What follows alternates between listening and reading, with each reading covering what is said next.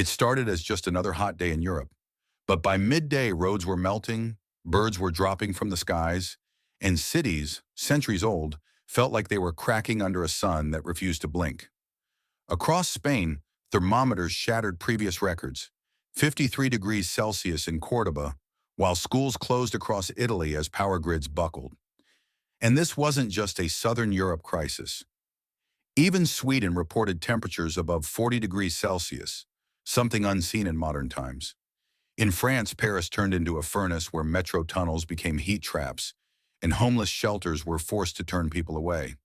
Tourists collapsed near the Eiffel Tower, fountains ran dry, and the iconic River Seine dropped to historic lows, revealing wreckage and debris from decades past. The 2025 European heatwave didn't arrive silently. It roared in like a monster and refused to leave. But this time, it wasn't a wave, it was a siege against human life, against infrastructure, against everything we thought we could depend on. Emergency services begged people to stay indoors. But how do you stay inside when your apartment feels like a sealed oven and there's no air conditioning because power was rationed out 3 hours ago? How do you survive when public hospitals are overcrowded, with doctors collapsing alongside patients and cooling fans melt under the weight of overuse? It wasn't just a heat wave, it was a test of survival for the elderly, for children, for animals, for entire cities. And tragically, thousands didn't pass that test. The death toll in Southern Europe crossed 9,000 in just 2 weeks, with estimates suggesting that number will double before July ends. But the true number, experts say, may never be known, because many died alone, in silence, behind closed doors, too poor to escape, too weak to reach help. In rural Greece, entire villages were swallowed by wildfires that erupted without warning. Flames traveled faster than people could run. Satellite images showed blazes spreading like veins across the continent. Firefighters, underpaid, under-equipped, exhausted, faced infernos with little more than hoses and hope. They lost homes. They lost comrades. Some lost their lives. Yet while the flames scorched Europe's surface, another fire burned silently underneath, the fire of political inaction. Climate scientists have warned us for decades. This was predicted, modeled, broadcasted, shouted from rooftops. And yet global carbon emissions in 2024 were the highest ever recorded. Our seas are hotter than ever. Greenland is bleeding ice. The Alps are crumbling. And across Europe, the land has turned brittle, brown, broken. Crops are failing. Wheat yields in France have dropped by 40%. Olive oil has become a luxury product. Supermarket prices have doubled. But this isn't just about economics. It's about hunger, about survival, about the terrifying truth that climate change is not something that's coming. It is here, and it is not waiting for our permission. In Germany, a 14-year-old girl wrote in her diary, "I miss winter. I miss breathing outside." In Italy, morgues ran out of space as heat-related deaths overwhelmed the system.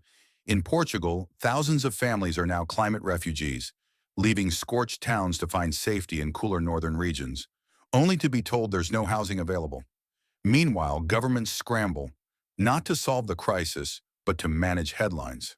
Band-aid solutions, emergency funds, temporary bans on outdoor work, cooling centers that close by 9 p.m., politicians still debating whether climate change is urgent, while citizens collapse under the weight of its consequences.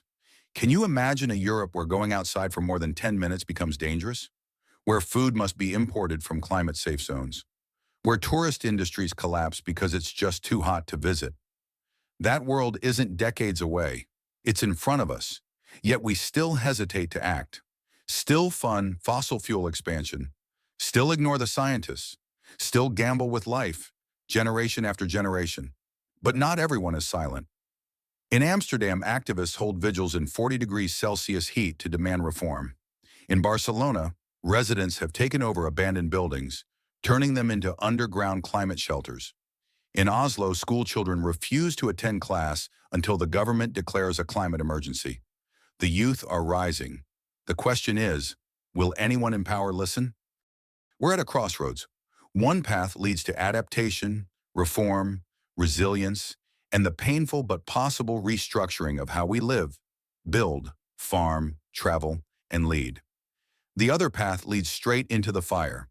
We've already tasted what lies ahead if we continue pretending this isn't real. And what we've seen is devastating. But here's the truth. There's still time. Time to transform our cities with climate-resilient infrastructure.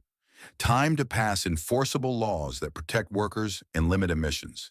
Time to invest in mass reforestation, clean energy, smart water systems. Time to protect the most vulnerable among us before they're erased from view. But that time is slipping through our fingers like sand on a scorched beach. You may feel powerless, but you're not. Every voice counts. Every action matters. And every platform, yes, even this one, can amplify the urgency that leaders continue to ignore. This heat wave is not just a warning, it is a mirror, a reflection of our past choices, and a glimpse into our future if we refuse to change. So if this video helped you understand what's really happening, if it pulled you in, stirred something inside you, or made you realize just how close we are to the edge, then don't just walk away. Like this video, share it, comment your thoughts, and please, subscribe to this channel so we can continue uncovering the truth and spreading awareness. Because this isn't just climate news, it's a fight for survival, and your voice, your attention, could be the very thing that pushes this message into the world.